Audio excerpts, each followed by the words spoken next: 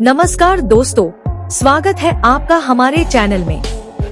अगर आप हमारे चैनल पर पहली बार आए हैं तो हमारे चैनल को सब्सक्राइब कर देना। क्या आप जानते हैं भारत के उत्तर में एक ऐसी पहाड़ी है जहां माता सती के नयन गिरे थे, जहां आज भी लाखों भक्त अपनी आँखों से माता के नयन देखने आते हैं। कहते हैं यहाँ जो भी सच्चे मन से माँ को पुकारता है, माँ उसकी हर पुकार सुन लेती है।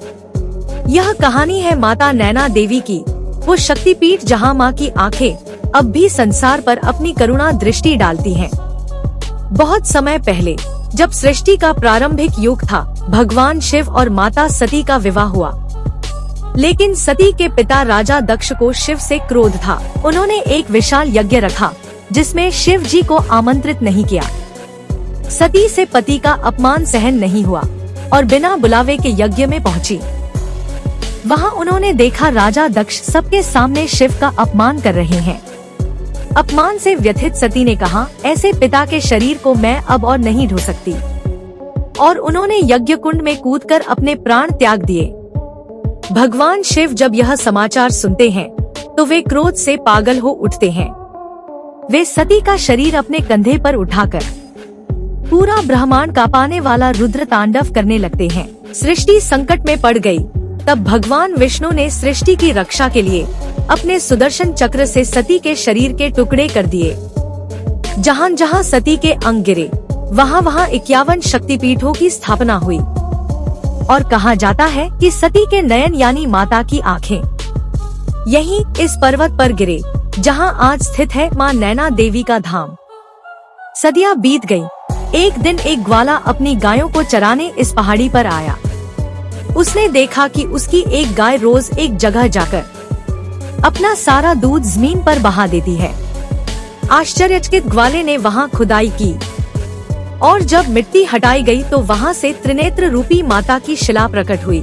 रात में ग्वाले को स्वप्न हुआ।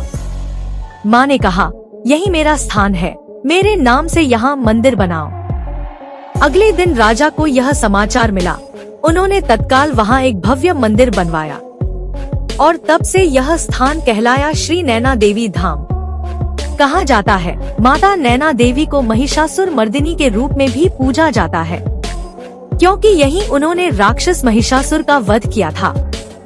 हर साल श्रावण अष्टमी और नवरात्रों में यहाँ भव्य मेले लगते हैं। लाखों श्रद्धालु सीढ़ियाँ चढ़ते हुए जय माता दी के जयकारे लगाते हैं।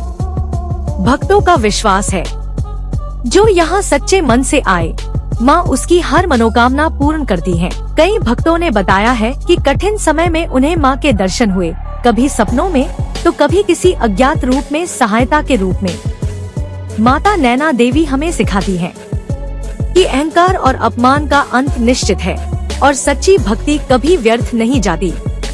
माँ की दृष्टि सर्वत्र है, इसलिए उन्हें कहते हैं नैना देवी, अर्थात नयन वाली माँ।